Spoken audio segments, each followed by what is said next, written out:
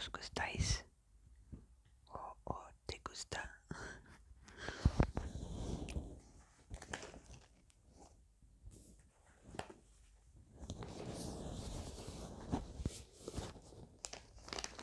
My cat's still hungry. Okay. Got some cat mukbang. El mukbang de gatos. Okay.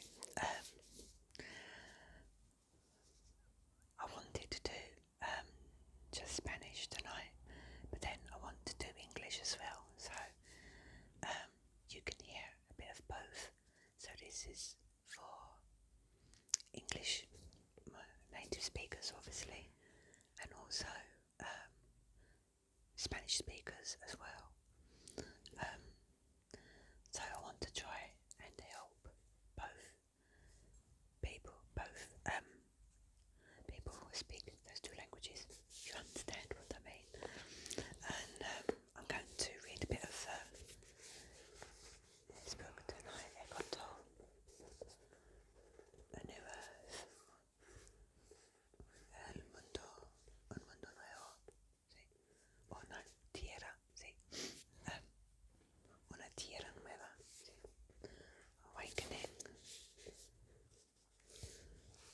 Awakening to your life's purpose. I don't know what that would be in Spanish. Despertando, literalmente traduciendo, está bien dicho, no sé. Despertando a tu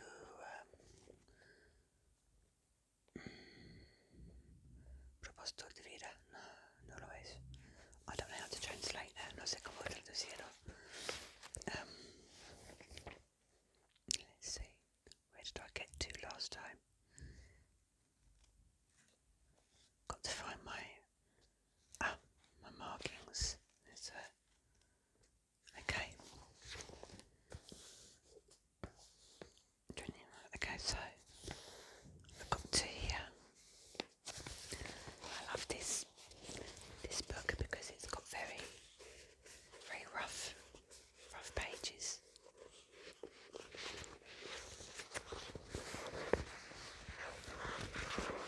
It's very tactile, very pink. It's lovely. I love holding books. Do you love holding books too? ¿Te gusta acoger los libros en las manos?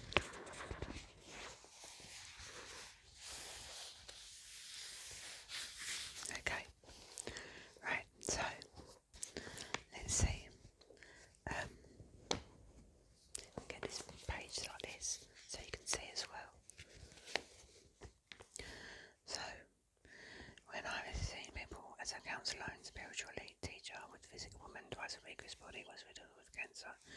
She was a school teacher in her mid-40s and had been given a few months to live by doctors. Sometimes a few words were spoken during her visits, but mostly we would sit together in silence, and as we did, she had her first glimpse of the stillness within herself.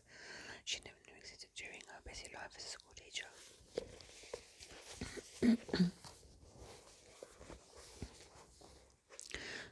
One day, however, I arrived to find her in a state of great distress and anger. What happened? I asked her. Her diamond ring of great melancholy, as well as sentimental value, had disappeared, and she said she was sure it had been stolen by the woman who came to look after her for a few hours every day. She said she didn't understand how anyone could be so careless and heartless as to do this to her. You asked me. She asked me whether she should confront the woman or whether it would be better to call the police immediately. I said I couldn't tell her what to do, but I asked her to find out how important her ring or if anything else was at this point in her life. You don't understand, she said. This was my grandmother's ring. I used to wear it every day until I got ill and my hands became too swollen. It's more than just a ring to me. How can I not be upset? The quickness of her response and the anger and defensiveness in her voice were indicating that she had not yet become present enough to look within to disentangle her reaction from the event, and here I observed them both. Her anger and defensiveness were signs that the ego was still speaking through her. I said, I am going to answering them now. See if you can find the answers within you. I will pause briefly after each question. When an answer comes, it may not necessarily come in the form of words. She said it was ready.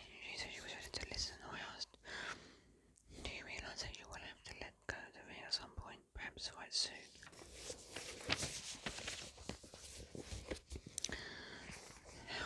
How much more time do you need before you will be ready to let go of it? Will you become less full when you let go of it? So you are become diminished by the loss. There were a few minutes of silence after the last question. When she started speaking again, there was a smile on her face. She seemed at peace. The last question made me realise something important.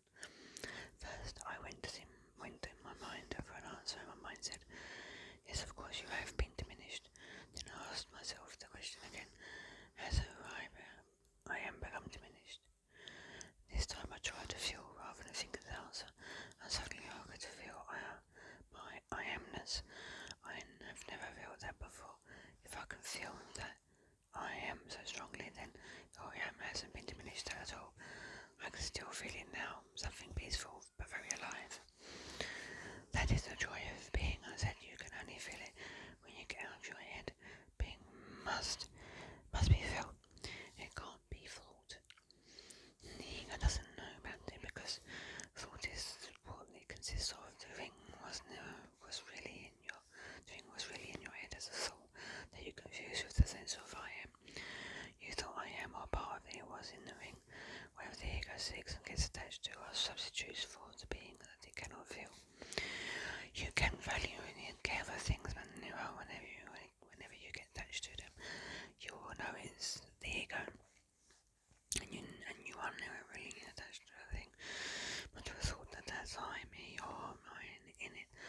Whenever you completely accept the loss, go beyond ego and who you are. The which is conscientious in itself and emerges. But it's a little bit close to my mouth with some extra close whispers. Okay. She said, now I understand something. Jesus said that in the film. Now it made sense to me before. If someone takes your shirt, let him have your coat as well. That's why I said it doesn't mean you should never lock your door. All it means is that sometimes letting things go is an act of far greater power than defending or hanging on. In the last few weeks of her life as a poet, became weaker. She became more and more radiant, as if light was shining through her. She gave many of her possessions away, some to the woman she had stolen to me, and each thing she gave away her joy deepened. When her mother called me to let me know she had passed away, she also mentioned that after her death they found a ring in the medicine cabinet in the bathroom. Did the woman return the ring, or had it been there all the time? Nobody will ever know. One thing we do know, life will give you whatever experiences myself for the evolution of your consciousness. How do you know this is the experience you need?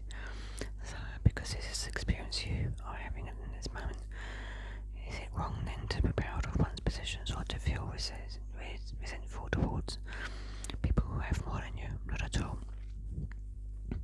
That sense of pride of needing to stand out, the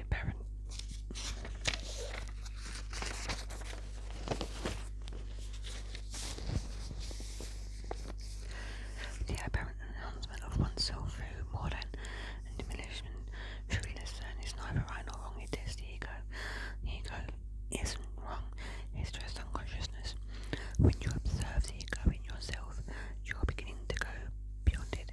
Don't take the ego too seriously. When you detect the egoic behavior in yourself, smile at times when you may even laugh. How can humanity have been taken in by this for so long? Above all, know that the ego isn't personal. It is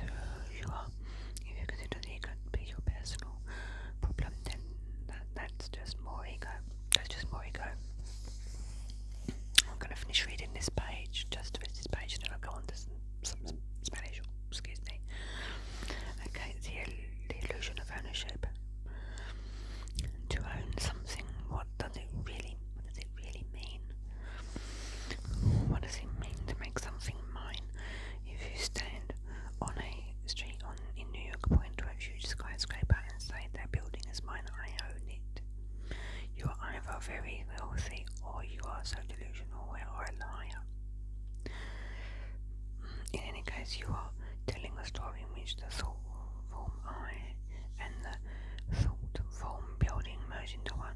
That's how mental concept of ownership works. If everybody agrees with your story, there will be assigned pieces of paper to certify their agreement with it. You are wealthy. If nobody agrees with the story, they will send you to a psychiatrist. You are delusional or a compulsive liar. It is important to recognize here that the story and the thought forms that make up the story, whether people agree with it or not, have absolutely nothing to do with who you are. I'm going on to the next page, just one more page, and then I'm going to stop, go on to some Spanish. Okay. I'm trying to make this more interesting for both my English and my Spanish speakers, and for people learning Spanish who are English speakers, and vice versa. Okay.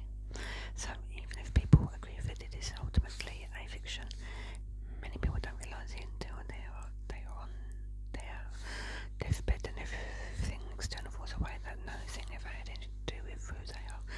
In the proximity of death, the whole concept of ownership stands revealed as ultimately meaningless. In the last moments of their life, then they also realise that while they are looking throughout their life for a more complete sense of self, what they were really looking for, their being, had actually always been there, but had been largely obscured by their identification with things, which ultimately means identification with their mind. Blessed are the poor in spirit, Jesus said, for theirs will be the kingdom of heaven. What does poor in spirit mean? No inner baggage, no identifications, not with things, nor with mental concept. They have a sense of self in them. What is the kingdom of heaven? The simple but profound joy of being that there is when you let go of identifications, so become poor in spirit. This is why renouncing all possessions has been an ancient spiritual practice in both East and West, with renunciation of possessions not automatically free you of ego. It will attempt to ensure its survival by finding something else to identify with, for example, a mental image of yourself as someone who has transcended all interest in material possessions and is therefore superior. Okay, up to page 44 now. I'm just going to turn the page over.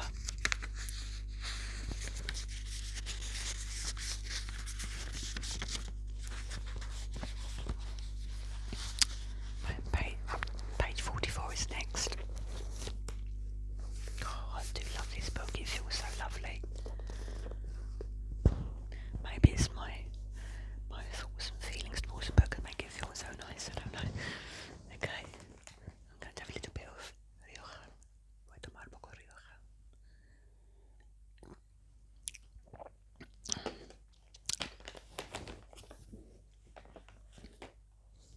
Okay, love this book.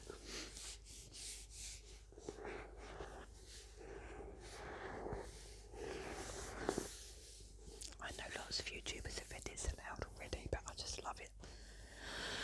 It's so inspirational. Había muchos YouTubers que han leído pero me encanta este libro. Necesito en inglés. I need this in English. Actually, I need this in every language possible, I think.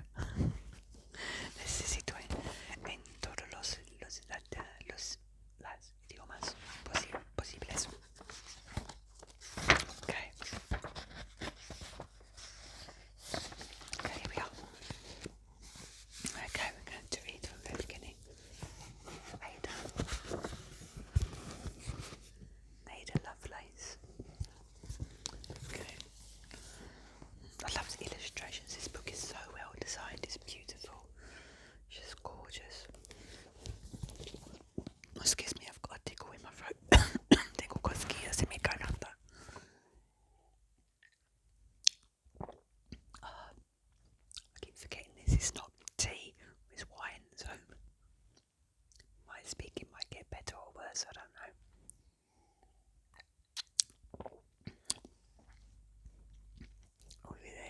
Olvido eso, es Rioja, no es té caliente.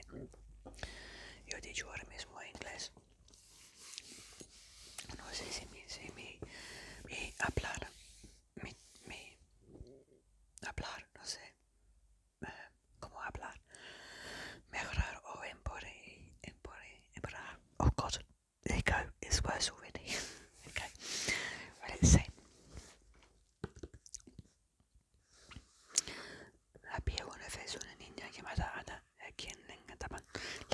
máquinas.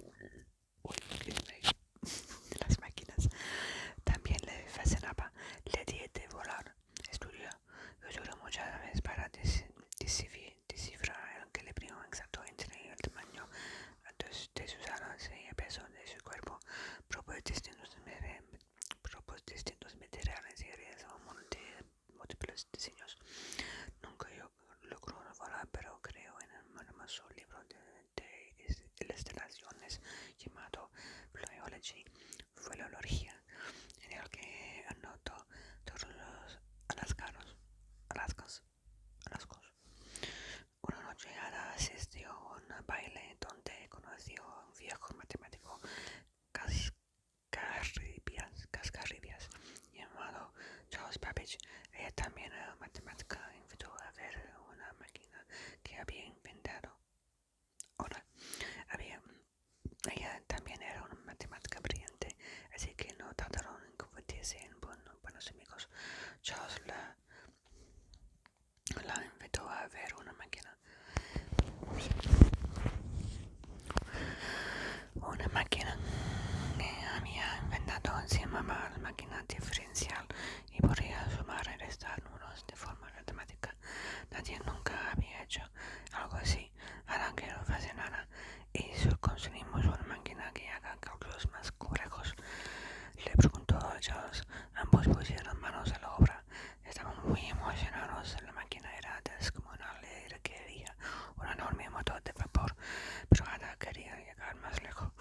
Y si logramos que esta máquina toque música y nuestra literatura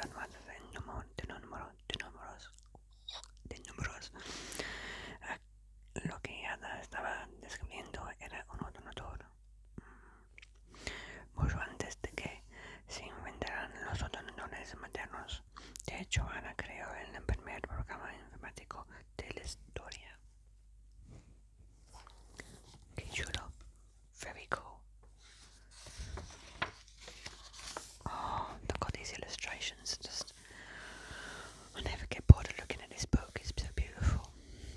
Nunca me paro a ver este libro con las ilustraciones tan bonitas. Qué chulo. Absolutamente preciosa. Absolutely gorgeous. Stunning. Okay. Alec Weck, top model. Había una vez una niña llamada Alec que siempre se detenía junto a Paul sin mangos para comerse uno cuando volvía a casa de la escuela. En el pueblo de Alec no había agua corriente ni electricidad. Debían caminar hasta un pozo para obtener agua potable, pero su familia y ella llevaban una vida simple y alegre. Por desgracia, un día se desató una guerra terrible y la vida de Alec cambió para siempre.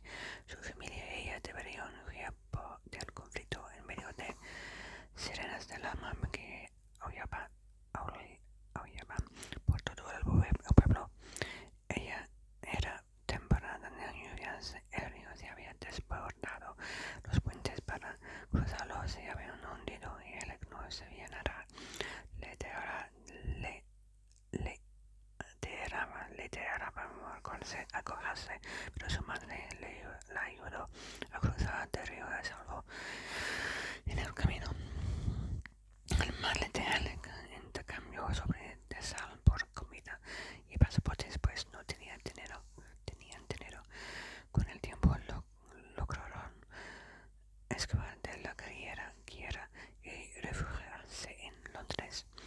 Un día, mientras Alec paseaba por el parque, se le acercó un buscador de talentos de una afamada agencia de modelos. Quería controlarla, pero la madre de Alec no estaba de acuerdo. Sin embargo, el agente insistió hasta que por fin la madre de Alec accedió. Alec era tan distinto de los otros modelos que de inmediato se convirtió en la sensación. Alec tiene un mensaje para todos los líneas del mundo. Eres hermosa, estás bien ser peculiar, estás bien ser tímida, no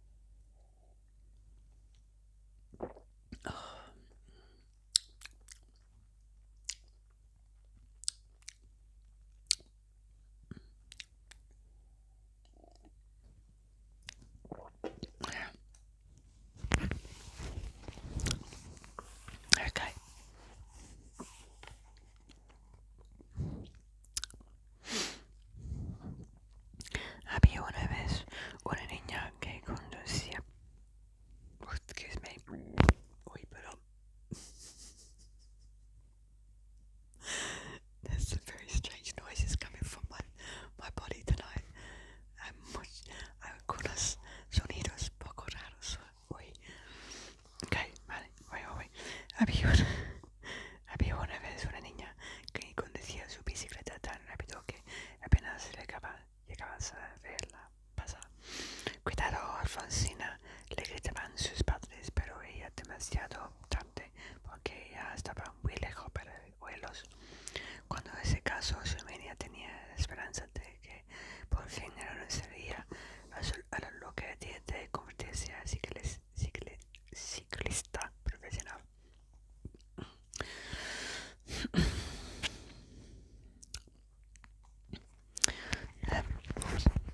It's close with some better whispering. Necesito más cerquita para susurro mejor.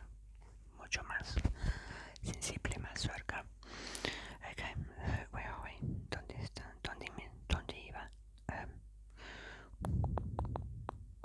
Okay. Sin embargo, el día de su boda, su marido le regaló una nueva bicicleta de carreras. Después se mudaron a Milán, donde Alfonsina empezó a entrenar de forma profesional. Era tan rápida y tan fuerte que unos años después participó en el Giro de Italia, una de las carreras más duras del mundo. Ninguna otra mujer la había intentado antes. No lo logrará, decía la gente, pero la había forma de tenerla. Fue una carrera larga y agotadora, con fases de 21 días en algunos de los recorridos montañosos más empinados del mundo.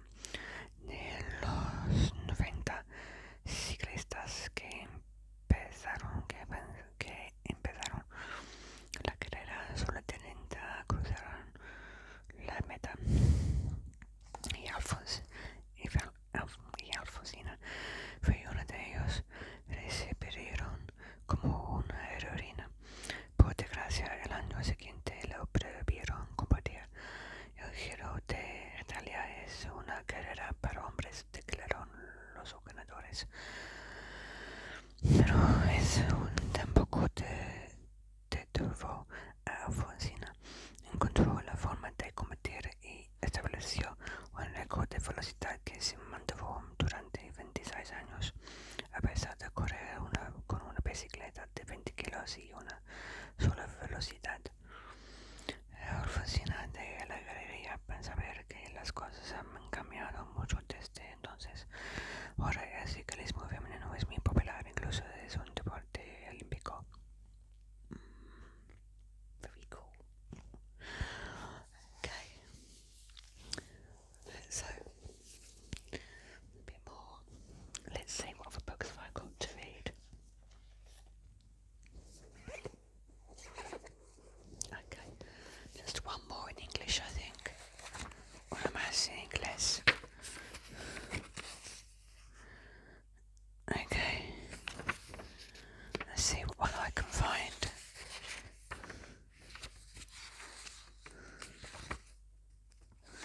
Let me have a flick through, because some of these are quite long. Oh, what's this? Some of them have very strange names. It's English fairy tales. Can't see.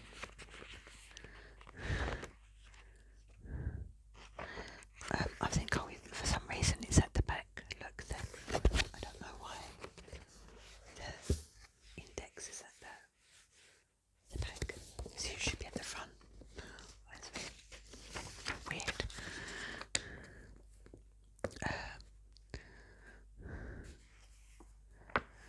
Let's see, Jack and the Beanstalk.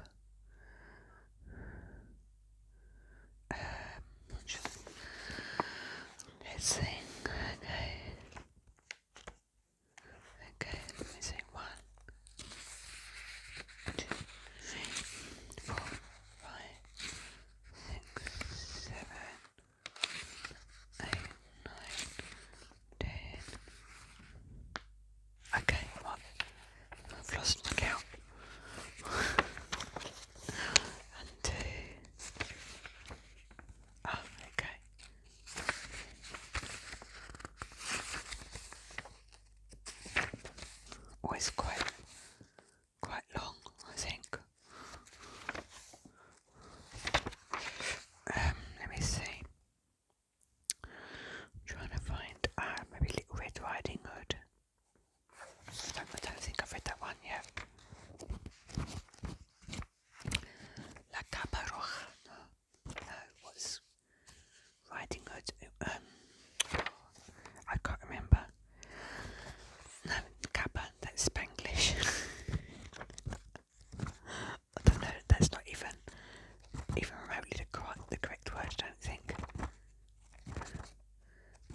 6, 7. Oops. I'm using my laptop as extra light.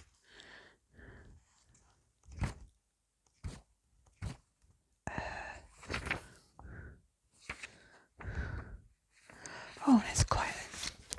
This one is quite short actually. Okay. As the table and the stick, a lad named Jack was once so unhappy at home through his father's ill treatment that he made up his mind to run away and seek his fortune in the wide world. He ran until he could run no longer. Then he ran right up against a little woman who was gathering sticks. He was too much out of breath to beg pardon, but the woman was good-natured, and she said he seemed to be a likely lad, so she would take him to be her servant and would pay him well. He agreed, for he was very hungry, and she brought him to a house in the wood, where he served her for 12 months and a day. When the year had passed, she called him to her and said she had good wages for him. So she presented him with an ass out of an ass. Not an ass, an ass. Out of the stable, and he had but to pull in his ears to make him begin at once to hee-haw. And when he prayed, there dropped from his mouth silver sixpences and half-crowns and golden guineas. The lad was well pleased with the wage he had received, and away he rode till he reached an inn. There he ordered the best of everything, and when the innkeeper refused to serve him,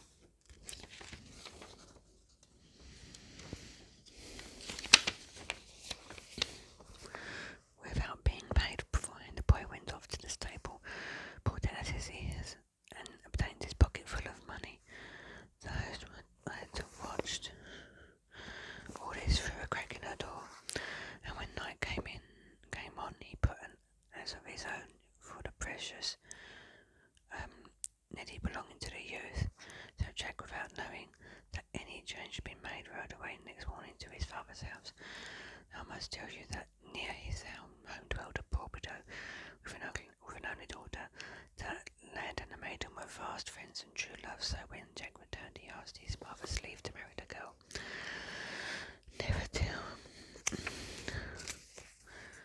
Never till you have money to keep her, was the reply. I have that, father, said the lad, and going to the as he pulled his long ears. Well, he pulled and pulled till one of them came off in his hands. But Neddy threw his he hawed and he hawed, let fall no half-crowns or guineas. Then the father picked up a hayfork and beat his son out of the house. I promise you, he ran until he came banging his door and burst it open, and there was in a joiner's shop. You're likely, lad, said the joiner. Serve me for 12 months in a day, and I will pay you well. So he agreed and served the carpenter for a year and a day. Now, said the master, I will give you your wage. He presented him with a table, telling him that he had but to say, table will be covered, and at once it would spread with lots to eat and drink. Jack hitched the table on his back, and away he went with it until he came to the inn. Well, host, shouted he, putting down the table, my dinner today, and that was the best. Very sorry, sir, said the host, but there is nothing in the house but ham and eggs. A bit more to drink. I've got a little bit of a sore throat.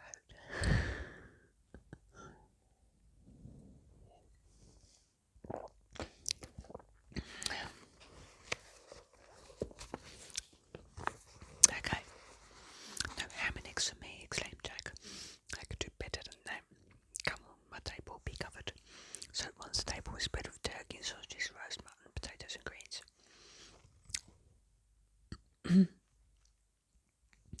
The innkeeper opened his eyes, but he said nothing, but that night he fetched down from his attic a table very like the magic one, and exchanged the two, and Jack none otherwise, and next morning he hitched the worthless table to his back and carried it home. Now, father, may I marry my lass? He asked. Not unless you can keep her, replied the father. Look here, exclaimed Jack, father, I have a table which does all of my bidding. Let me see, said the old man. The lad set in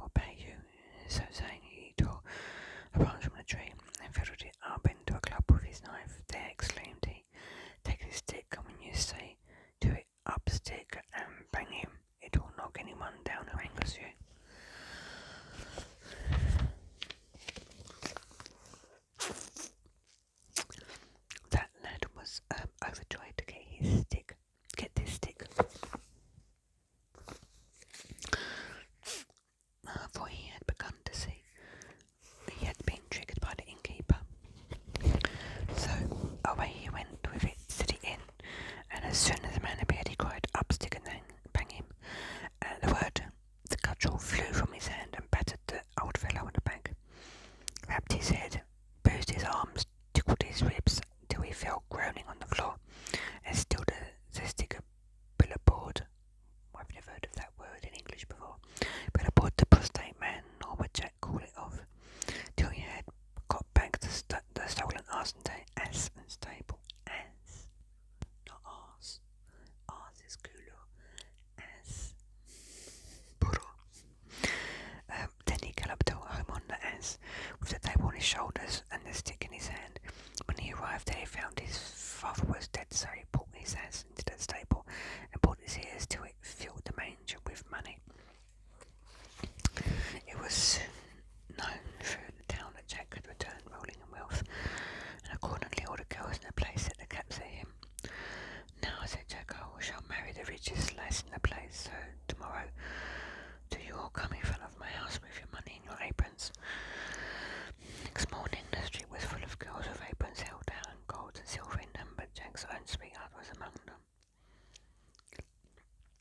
and she had neither gold nor silver, naught but 2 copper pennies. That was all she had. Stand aside, lass, said Jack to her, speaking roughly. Thou hast no silver nor gold, stand off from the rest. She obeyed, and the tears ran down her cheeks and filled her apron with diamonds. Up stick and bang them, exclaimed Jack, whereupon the cudgel leaped up and running along the line of girls, knocked them all on their heads and left them senseless on the pavement. Jack took all their money and poured it into his true love's lap. Now, lass, he exclaimed, thou art the richest, and I shall marry thee.